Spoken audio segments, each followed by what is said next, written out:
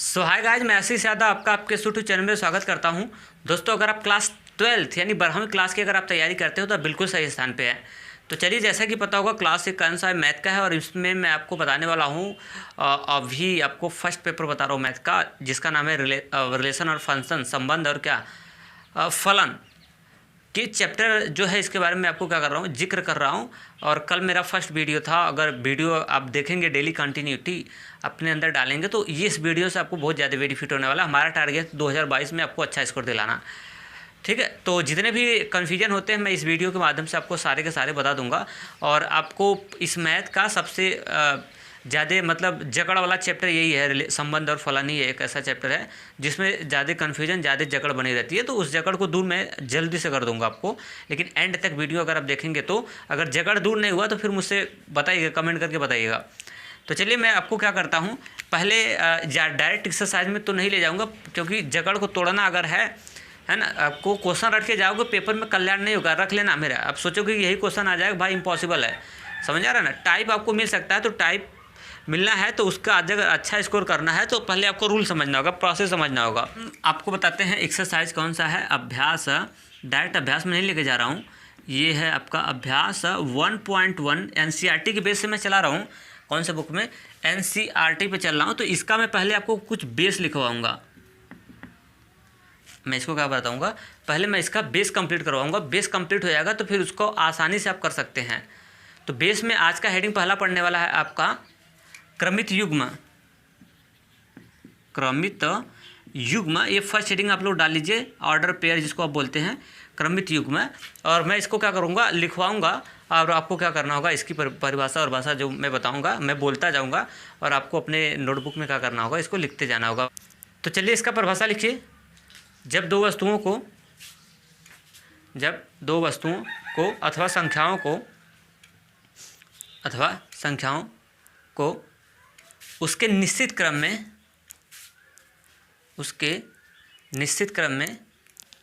लिखकर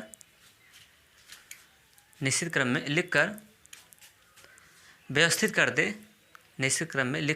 कर दे तो इस प्रकार प्राप्त होने वाला जोड़ा, निश्चित क्रम में लिखकर व्यवस्थित करते तो इस प्रकार प्राप्त होने वाला जोड़ा को हम क्रमित युग्म कहते हैं। तो इस प्रकार प्राप्त होने वाले जोड़े को हम क्रमित युग्म कहते हैं। जैसे एग्जाम्पल, जैसे 2 कामा क्या 3, 5 कामा क्या 4, ये सारे के सारे आपके हो गए क्या, ऑर्डर पेयर। इसी तरह अन्य भी हो सकते हैं, उदाहरण इत्यादि। ये सब हो गए आपके क्या, ऑर्डर पेयर हो गए। एग्जाम्पल कर लिया। अब उसके बाद हम लोग क्या करेंगे, एग्जाम्पल होने के बाद अब हम लोग लगाएंगे क्या, स्टार। इस तरह से स्टार लगा लीजिएगा अपने नोटबुक में। कैसे, जो लाइन इस तरह से ऐसे खींची रहती है ना, और उसके इधर साइड में स्टार लगा लीजिए। स्टार में 2-3 फैक्ट आपको अच्छे बता रहा हूँ, इसको लिख लेना, एग्जाम के पर्पज़ से बहुत इंपॉर्टेंट होते हैं ये सब। स्टार में कौन सा फैक्ट, फर्स्ट पॉइंट, बहुविकल्पी में सब क्वेश्चन आपको काम में आएंगी। और क्या लिखना है, फर्स्ट पॉइंट डाल के इसमें लिखिए क्रमित युग्म को हम समुच्चय के रूप में, स्टार में फर्स्ट पॉइंट में लिखिए क्रमित युग्म को हम समुच्चय के रूप में नहीं लिख सकते। क्रमित युग्म को हम समुच्चय के रूप में नहीं लिख सकते हैं। एकड़ी पाई लगा दीजिए, नहीं लिख सकते हैं क्रमित युग्म। क्या लिखेंगे आप, क्रमित युग्म को हम समुच्चय के रूप में नहीं लिख सकते हैं, एकड़ी पाई लगा दीजिए। अब उसके नीचे जो हिंदिया लिखे हो उसी चीज़िया को मैं अगर आपको समझाऊं अर्थार्थ में, तो अगर ए और बी 2 क्रमित युग्म हैं, जिस तरह ये नंबर है 2 और क्रमित युग्म है, तो उसको आप सेट के रूप में नहीं लिख सकते हैं। सेट का मतलब समझते हो ना, समुच्चय, कक्षा 11वीं क्लास में थे तो सेट मिला होगा। तो सेट में लिखने का तरीका क्या होता है, इस तरह से, यानी ए कामा बी मोजुला कोष्ठक के अंदर लिखते हैं ना। तो अगर आप ऐसे लिखेंगे तो क्या हो जाएगा, गलत हो जाएगा। मतलब इसको छोटे कोष्ठक में लिखना है, मोजुला कोष्ठक में यानी समुच्चय के फॉर्म में नहीं लिख सकते। तो ये ए कामा बी और नॉट इक्वल हो गया मोजुला कोष्ठक के अंदर, ये क्रॉस क्या ए कामा बी होगा। अगर ऐसे लिखेंगे तो गलत हो जाएगा, ठीक। अब स्टार में पहला पॉइंट। और हम लोग बात करते हैं, अगर नंबर में लेना चाहते हैं तो इसका एग्जांपल लिख सकते हैं। नंबर लेना चाहते हैं तो ऐसे देखिए, अगर 2 कामा 3 हो तो आप इसको अगर ऐसे लिख देंगे 2 कामा कितना 3, तो ये सेट रूप हो गया, समुच्चय के रूप में हो गया। महिला कोष्ठक के अंदर जब डालते तो समुच्चय हो जाता है, ये गलत हो जाएगा, नहीं लिख सकते हैं। नॉट इक्वल स्टार में पहला पॉइंट, और स्टार में आपको डालना है कौन सा, दूसरी पॉइंट। और दूसरे पॉइंट में क्या लिखना है मैं आपको बता देता हूँ। लिखिए, पहले लिख लीजिए, फिर मैं आपको समझा देता हूँ। लिखिए, क्रमित युग्म को ऐसे लिखिए, क्रमित युग्म के क्रम को क्रम कोष्ठ में लिखना ऑर्डर, क्रम कोष्ठ में क्या लिख लेना ऑर्डर, इस तरह से क्रम कोष्ठ में ऑर्डर। क्रमित युग्म के क्रम को हम परिवर्तित नहीं कर सकते, क्रम को हम परिवर्तित नहीं कर सकते हैं, एकड़ी पाही लगा दीजिए, नहीं कर सकते हैं, एकड़ी की अगर लगा दीजिए, पाही लगा दीजिए, है ना। तो स्टार में दूसरी पॉइंट पड़ा हुआ है, तो मैं आपको ये बताना चाह रहा हूँ कि जैसे अगर ए और बी इस तरह से क्रमित युग्म है, तो ए कामा बी है, तो इसको अगर आप ऐसे लिख देंगे, बी कामा ए लिखेंगे, तो ये बात क्या हो जाएगी, गलत हो जाएगी। क्या हो जाएगी, गलत हो जाएगी। तो यही बताया गया है कि क्रमित युग्म के जो ऑर्डर हैं, है ना, क्रम है, इसको आप क्या कर सकते हैं, चेंज नहीं कर सकते हैं। क्यों? क्योंकि जैसे अगर ऑर्डर चेंज करेंगे तो ये हो गया एक्स एच, ये होता है वाई एच, तो एक्स एच वाई एच, तो जैसे बदल लेंगे तो इसका ये एक्स एच हो जाएगा और क्या हो जाएगा, वाई एच हो जाएगा, इसका पोजीशन क्या हो जाएगा, चेंज हो जाएगा। अगर इसका एग्जांपल लिखना चाहते तो आप इस तरह से लिख सकते हैं, अगर 2,3 है ना, तो उसको नॉट इक्वल 3,2 नहीं कर सकते, क्योंकि देखिए एक्स एच पे 2 है, जैसे बदल लिया तो एक्स एच पे कितना हो गया, 3 हो गया, और मान आपका क्या हो जाएगा, चेंज हो जाएगा। ठीक, तो एक स्टार मेन स्टार, एक ठो स्टार लगा है, उसमें पॉइंट कर करके लिखो, पहला पॉइंट, दूसरा का पॉइंट, अब एक तीसरा का पॉइंट लिखो। अच्छा फैक्ट बता रहा हूँ आपको, मज़े वाला फैक्ट बता रहा हूँ, ध्यान से देखना, और आपके लिए बहुत ही बेनिफिट होने वाला है। कौन सा, स्टार में तीसरा पॉइंट, एक ही स्टार लगाना है, पॉइंट करके के लिखिए, और इसमें पहले लिख लीजिए, फिर मैं आपको समझा देता हूँ। लिखिए, यदि दो क्रमित युग्म आपस में बराबर होते हैं, यदि दो क्रमित युग्म आपस में बराबर होते हैं, तब उसके बाद डैश, यदि दो क्रमित युग्म आपस में बराबर होते हैं तब उसके बाद डैश।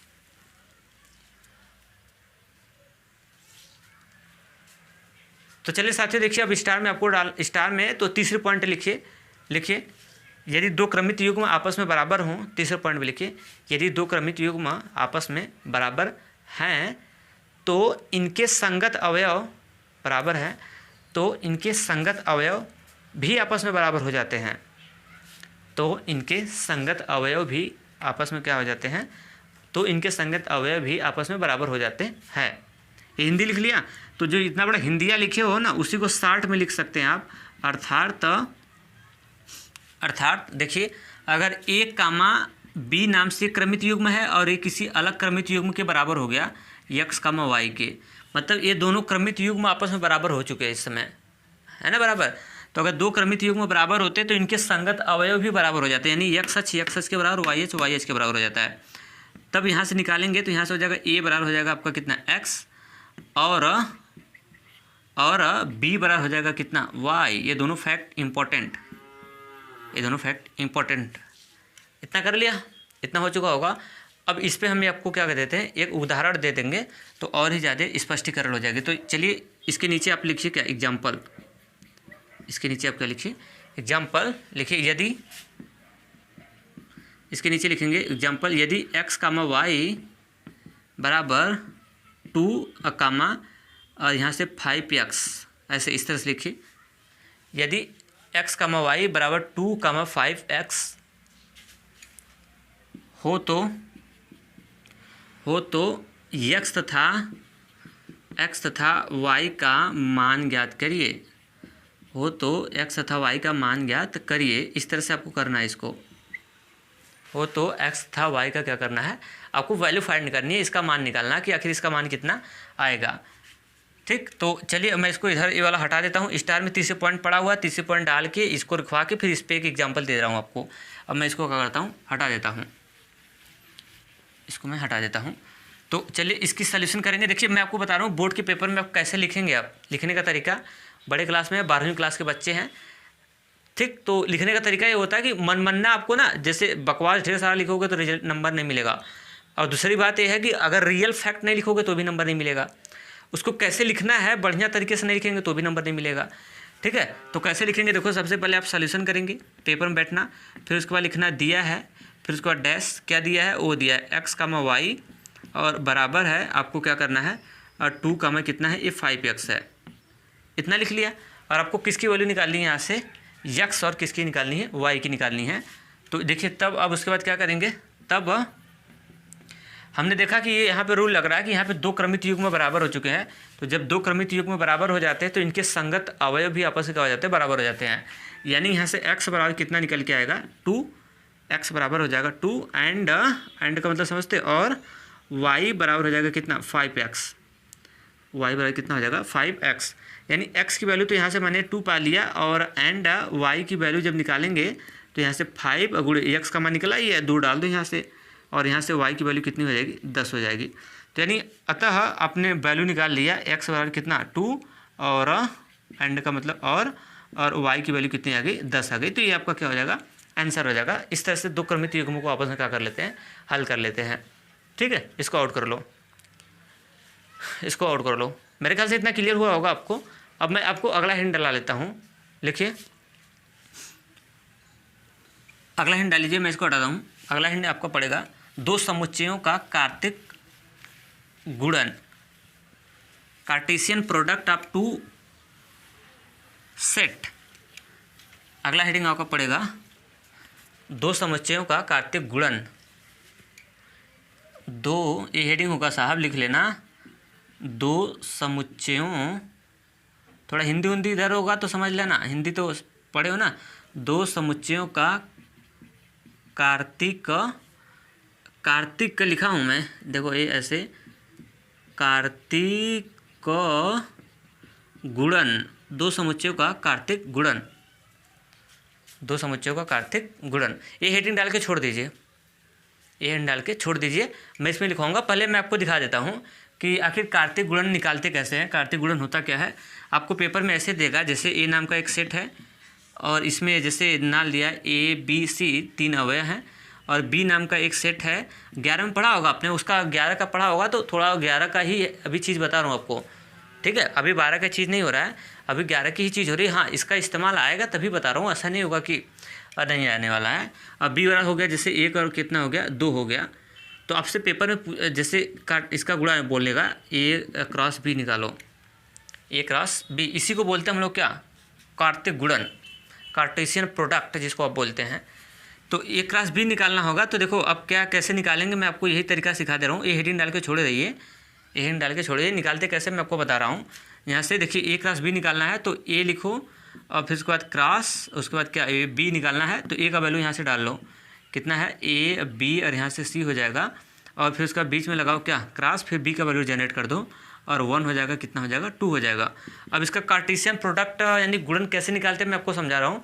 इसका पहला अवयव पकड़ते हैं, पहला किसका, पहला इसके साथ, इसका इसके साथ, फिर दूसरे का इसके साथ, इसके साथ, फिर तीसरा का लेंगे इसके साथ, इसके साथ लेंगे। गुणा नहीं करेंगे, गुणा नहीं करना है आपको। ये हम लोग क्रमित युग में पढ़ रहे हैं ना, क्या पढ़ रहे हैं हम लोग, क्रमित युग में पढ़ रहे हैं ना। तो कैसे करते हैं मैं आपको समझा रहा हूँ। देखिए इसको लिखेंगे, पहला है A कामा क्या 1, क्रमित युग्म के रूप में लिखेंगे। A कामा कितना हो गया 1, फिर कामा लगाएंगे, A कामा कितना हो जाएगा, A कामा हो जाएगा 2, फिर कामा लगाएंगे, फिर 2 कामा हो जाएगा, B कामा हो जाएगा कितना 1, फिर कामा लगाएंगे, फिर उसके बाद लिखेंगे B कामा हो जाएगा कितना 2, फिर कामा लगाएंगे, फिर C कामा हो जाएगा कितना 1, और फिर उसके बाद यहाँ से C कामा हो जाएगा कितना, C कामा हो जाएगा 2। फिर उसके बाद इसको मझली कोष्ठक के अंदर क्या कर लेंगे, इस तरह से डाल देंगे, इस तरह से, और ये आपका निकल के आएगा क्या, A क्रॉस B, 1 2 3 4 5 6, इस तरह से A क्रॉस क्या हो गया B निकल के आ गया। क्या A क्रॉस B आपने निकाल दिया, A क्रॉस B निकाला। A क्रॉस B में कैसे निकालेंगे, पहला A, फिर उसका B की वैल्यू डालेंगे उसमें, और फिर उसके बाद क्रमित युग्म बनाना स्टार्ट। इसका इसके साथ, इसका इसके साथ गुणा नहीं करना है। A कामा कितना हो जाएगा 1, A कामा हो जाएगा कितना B फाइनल, फिर B का नंबर, तो B का नंबर आएगा तो B कामा हो जाएगा कितना 1, और फिर B कामा हो जाएगा कितना 2 फाइनल। अब C का नंबर हो गया, C कामा हो जाएगा कितना 1, और C कामा हो जाएगा कितना 2 फाइनल हो गया क्या ये। तो ये क्रॉस B यहाँ से आपका क्या हो चुका, निकल चुका। इसमें एक अभी ये हेडिंग डाल कर छोड़ रही है। इसमें देखिए एक अच्छी फैक्ट मैं आपको बता रहा हूँ।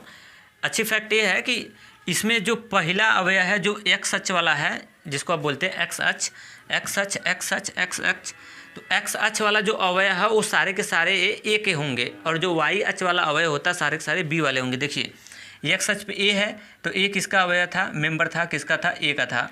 बी ए भी कैपिटल ए का मेंबर है, और बी भी कैपिटल ए का ही है, बी कैपिटल बी का है, और सी भी किसका है, कैपिटल ए का है। और यहाँ पे 1 वाई एच पे है, 1 है, 2 है, 1 है, 2 है, 1 है, 2 है। ये देखेंगे किस सेट का है, दूसर के वाले सेट का है। ऐसा क्यों हो रहा है, जो यहाँ पे लिखेंगे उसका अवयव पहला होगा, और यहाँ पे जो दूसर का है तो दूसर का अवयव दूसर के का होगा। यानी आप पहले ए लिखे हैं तो इसमें पहले वाले बॉक्स में जो बॉक्स जितने बने हुए हैं तो उसमें जो पहला होगा वो एक्स अक्ष वाला होगा, यानी ए नाम के सेट का होगा, यानी पहले वाले सेट का होगा। और जो बी के नाम से चल रहा है, बी दूसर का सेट है, तो पीछे वाले अवयव सारे के सारे क्या हो जाएंगे, दूसर के सेट के हो जाएंगे। समझा?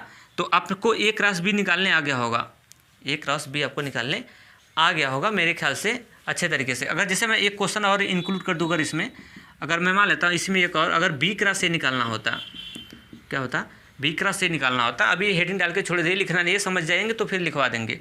बी क्रॉस ए अगर निकालना होता, बी क्रॉस कितना ए, तो अब यहाँ पे पहला डालेंगे कौन सा सेट, बी का सेट डालेंगे। तो बी है कितना 1,2, और फिर उसके बाद आप लगाएंगे क्या, क्रॉस, और फिर ए नाम का जो सेट है उसका अवयव डाल देंगे। तो ए का है क्या, ए, अब बी है, यहाँ पे क्या हो जाएगा, ए सी हो जाएगा। अब इसको चलते हम लोग उसका करते हैं, इसको हैंडल, फिर वही तरीका, फिर इसका पहला पकड़ेंगे इसके साथ, फिर इसके साथ, फिर इसके साथ, फिर इसका दूसरा का पकड़ेंगे इसके साथ, इसके साथ, इसके साथ। ठीक, तो देखिए यहाँ से मैं आपको ध्यान से अच्छे तरीके से दिखा रहा हूँ। देखिए 1 का गुणा करेंगे, इसमें करेंगे, गुणा नहीं करना है, 1 कामा हो जाएगा ए, फिर कामा लगाओ, फिर 1 का बी के साथ, 1 कामा हो जाएगा बी, फिर कामा लगाओ 1 के साथ सी के साथ हो जाएगा, 1 का सी के साथ। ये तो 1 का हो गया तीनों के साथ। अब बी का निकालते हैं हम लोग दूसर के का, तो 2 कामा हो जाएगा कितना है ए, और फिर कामा लगाओ, और फिर 2 का हो जाएगा बी, तो 2 कामा हो जाएगा कितना बी, और फिर कामा लगाओ, और 2 कामा हो जाएगा कितना, यहाँ से ये हो जाएगा सी हो जाएगा। इस तरह से फिर उसका मझोली कोष्ठक के अंदर डाल लो,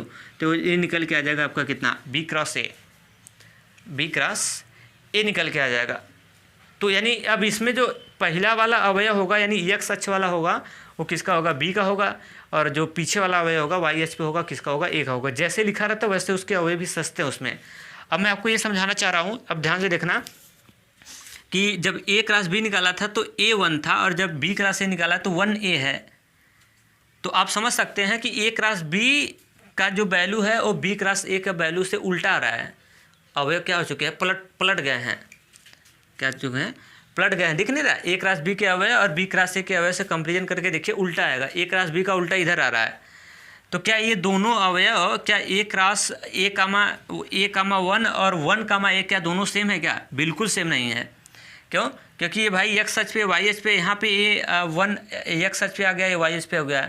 तो इनसे ये हमने ये क्लियर कर दिया आपके सामने, इससे हमने ये रिस्पांस निकाला साहब कि कभी भी A cross B not equal B cross A, कभी आप इसको बराबर मत बना दीजिएगा। ये क्या है, नॉट इक्वल है, अगर बराबर कर देंगे तो गलत हो जाएगा। मतलब ए क्रॉस बी जब निकालोगे तो उसका जो रिजल्ट और बी क्रॉस ए का जो रिजल्ट होगा कभी आपस में बराबर नहीं आएगा, उल्टा आते हैं दूसरे के।